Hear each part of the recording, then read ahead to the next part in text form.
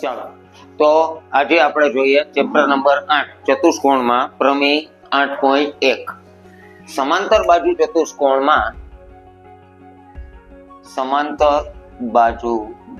ચતુષ્કોણમાં ચતુષ્કોણનો કોઈ પણ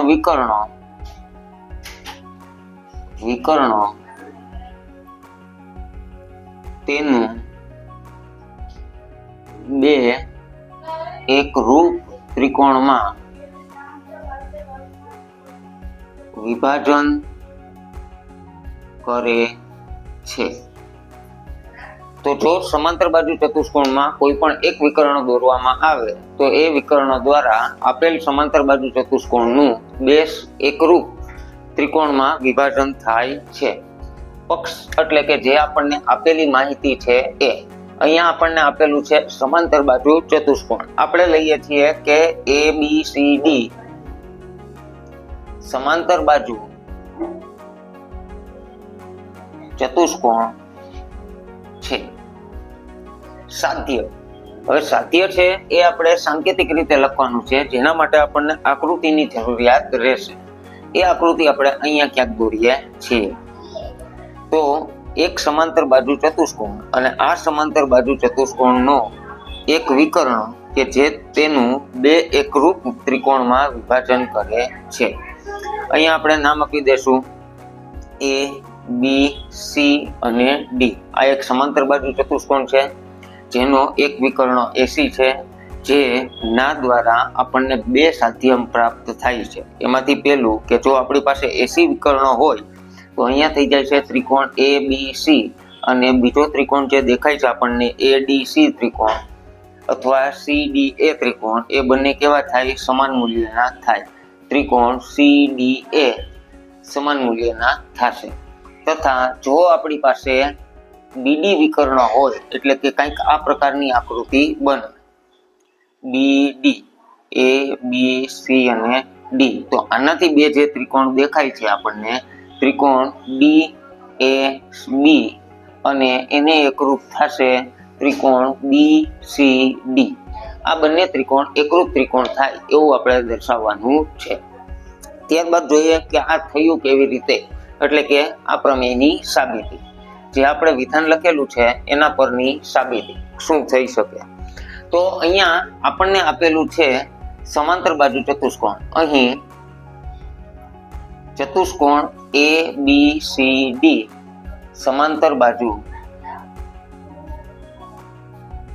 છે, જેમાં AC વિકર્ણ છે, બરાબર। હવે આ વિકર્ણો દ્વારા આપણને બે ત્રિકોણ રચાતા જોવા મળે છે। તથા આપણે જાણીએ છીએ સમાંતર બાજુ ચતુષ્કોણના બાજુના ગુણધર્મો। અહીંયા આપણને સામસામેની બાજુ સમાન અને સમાંતર હોય છે, જેનાથી આપણને કંઈક જાણવા મળે છે। તો અહીં AB સમાંતર CD ની છેદિકા AC છે, તો તેનાથી શું થઈ જશે? અહીંયા આપણને AB C અને D સમાંતર બાજુઓ છે, આ એની છેદિકા છે, તો આપણને એક Z જેવો આકાર દેખાય છે।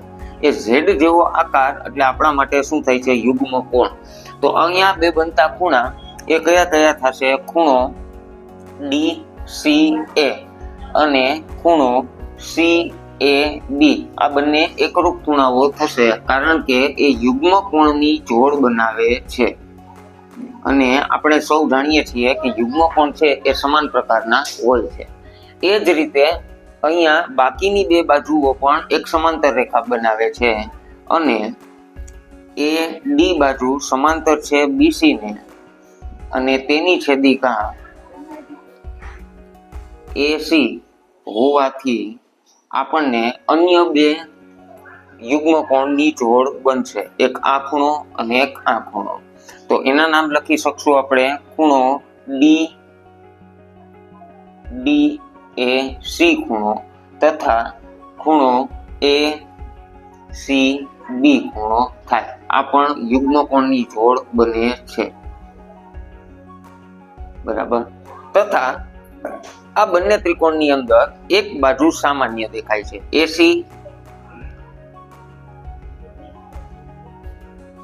એસી બરાબર એસી થાય છે. કયા કારણથી? સામાન્ય બાજુ.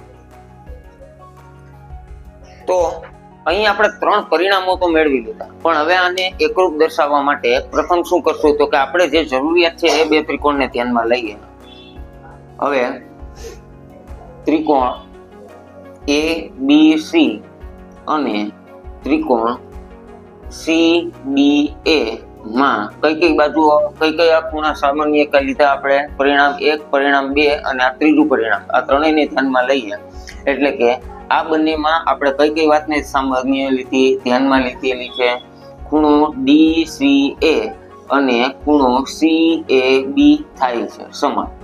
બીજી વાત શું છે? બીજો ખૂણો કયો છે? ખૂણો DAC અને એના સમાન છે ખૂણો ACB અને તથા ત્રીજી બાજુ કઈ છે?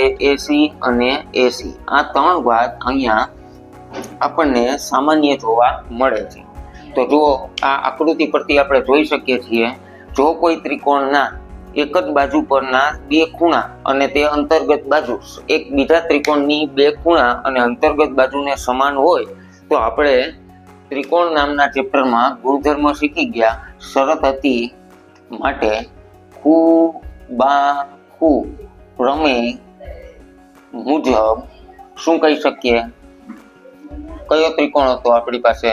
ત્રિકોણ ABC જે એકરૂપ થશે ત્રિકોણ CDA માટે અને આ આપણા માટે પ્રથમ સાધ્ય 1 દેખાય છે, જે આપણે સાબિત કર્યું. અને આ જ રીતે જો આપણે BD વિકર્ણ લઈએ